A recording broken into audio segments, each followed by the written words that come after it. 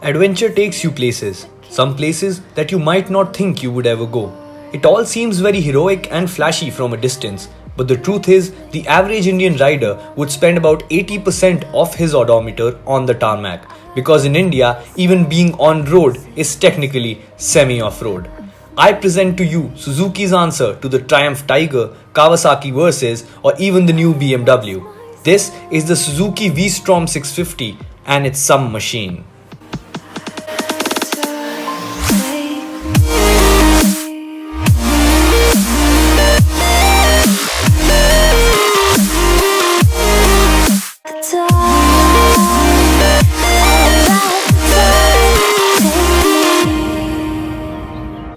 This is not like the other reviews you would see. If you want to know the specs and details, you can find 100 other videos on the topic.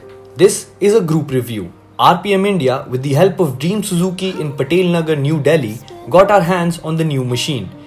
The beauty of this review is that we combine the perspective of a lot of different riders. RPM India has super sports to cruisers to naked bikes and everything in between. So 8 of us, randomly chosen, coming from different styles of motorcycles, got together to score the bike and give our own opinions. So no matter what you ride, you would be able to connect and probably find the answer you need. Being an adventure-oriented touring motorcycle, it isn't the prettiest bike you will ever see. Well, at least not in most eyes. But then again, it has the ability to go places where other bikes just won't, and in the comfort that other bikes just won't be able to provide. It's a heavy looking machine. Anybody would be able to spot the difference in the road presence of this bike. The designing is subtle, which works well in the scenarios you would probably have with this machine. The group score is 6.5. This is where the machine starts to show its true colors. From the stance to the seat, everything is where you would expect it to be. Being an off-roader, the suspension is soft and the ride is smooth. The bike has little to no rattle, and so is the wind blast. The seat cups well and provides good lower back support. Even for an average Indian, the rider is able to tiptoe but touch both feet on the ground. Tall riders will feel right at home, making this a great contender for long tours. With a 20+ liter tank, you wouldn't have to stop anytime soon anywhere. The group score was 8.5. These new Suzuki middleweight engines are like they were made specially for India. The engine is smooth to the extent that one of the riders didn't notice that the bike was on idle when he sat on it, which is surprising considering that this is a V-twin. Once again, low RPM assist from Suzuki helps you get off your wheels and move in traffic with ease, preventing the bike from stalling. The ride is just what you would expect from a middleweight bike. The clutch and power delivery is smooth and easily adaptable. The torque could have been better considering that this is not a light machine. The group score was 8. The bike has Tokiko brakes in the front and Nissin at the rear, and they work as you would expect. Since the bike is tall, they are not as confidence-inspiring as you would want.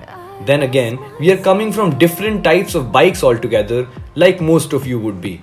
The suspension again is great. Some riders found that they do not absorb the bumps as well as they should, while others thought they did just fine. The group score was 8. As for safety, the bike has traction control and ABS. It has 2 rider modes, which is basically a normal and a rain mode. The dash is a mix of analog and digital, so you get your usual dash information. The bike has a 12-volt power socket built in just behind the headlight, which is handy for long tours and when you have mounted your phone for navigation. Fun fact, the bike continues to show the expected range even when the available fuel is 0, ensuring accuracy and comfort to the rider. The group score was 7. All in all, the bike checks a lot of right boxes while leaving a few cravings unfulfilled. Like all things in life, this is also not perfect. The torque could have been higher, the brakes could have been better, not taking away from what this bike has. The extensive use of plastic might disappoint some people, but the quality of the said material is brilliant. No creaks or loose ends. At about 7.5 lakhs ex-showroom, The bike is bang on the money, considering it's placed between the cheaper Kawasaki Versys and the more expensive Triumph Tiger. With an overall score of about 7.5, this could be your next bike, depending on where you come from. I'll see you in the next one.